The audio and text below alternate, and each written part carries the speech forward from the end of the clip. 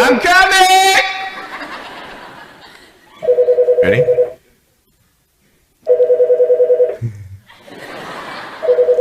Hey, is that cool? Awesome. I want to talk about like when I started, going to school and stuff, a lot of people put me down. So many of us are aimless. Yeah. It's like we're like, why do I feel aimless? People ask me that all the time. Like, man, I feel so aimless. Yeah, I don't know what to do. Well,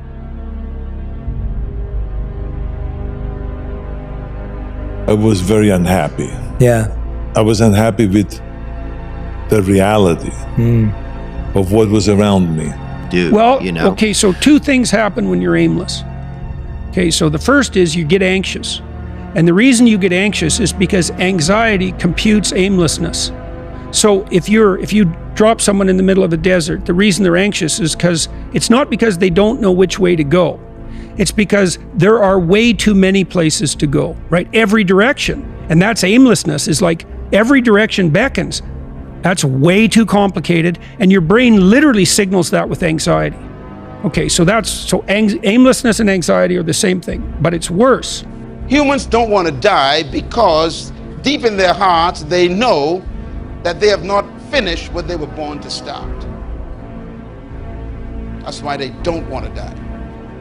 When a person have discovered their purpose and have fulfilled their destiny, they welcome death. Your brain is set up to produce positive emotion. Literally, this is what the positive emotion system does. It computes decrease between you and a goal.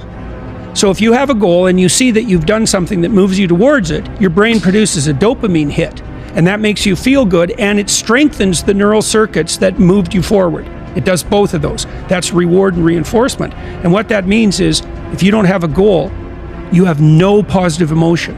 I was very fortunate that I created that vision. I was very fortunate that there was not the side kind of things going on. We didn't have a phone in our house. We didn't have a television in our house.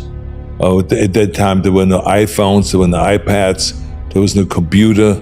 There was just really, you had all the time in the world to think and to really just sit quietly and to just visualize. And I always say that I feel sorry for kids today that are spending hours and hours on that iPhone or an iPad or computer, and they don't give themselves that chance to just settle back and to just figure out what do they want to do or who do they want to be. And so this is why I think that I made that kind of the rule number one is, visualize. And I always compare it to that you can have the best airplane in the world with the most advanced pilot.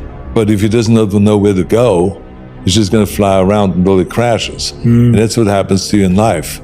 If you don't know where you want to go and who you want to be, you eventually just float around and you eventually crash.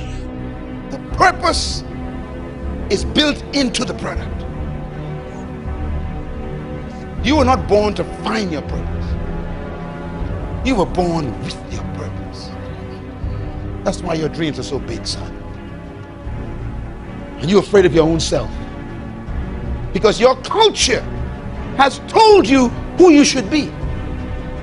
They have no idea who you are. Listen, maybe you don't know who you want to be in this room, but maybe you know who you don't want to be.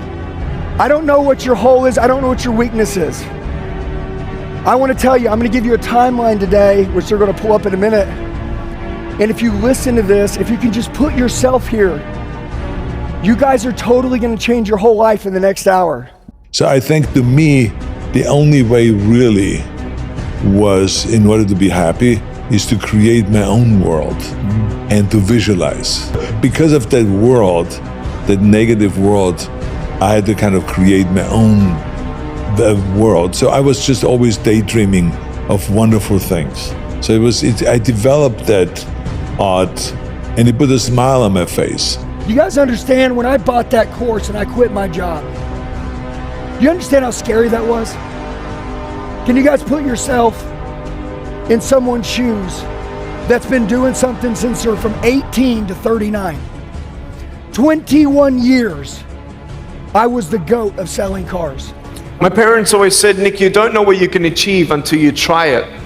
And the doctors looked at me and said, he's not going to walk, he's not going to go to school, he's not going to do anything in his life. And then my parents, they just loved me like crazy and said, you got to try.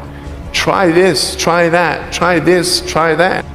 You see, I will try 100 times to get up, and if I fail 100 times, if I fail and I give up, do you think that I'm ever going to get up? No. But if I fail, I try again and again and again. For as long as I try, there's always that chance of getting up. Does that make sense? And it's not the end until you've given up. And just the fact that you're here should persuade you that you have another chance to get back up. There's still hope. I think that from a personal point of view and from a professional point of view, I've had many movies go in the toilet.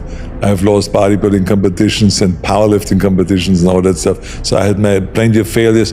It's always important to bring that up because people should know that you never will be able to go through life without failures. Failures make us learn. Failures make you stronger. Pain makes you stronger. So I think all of that is good.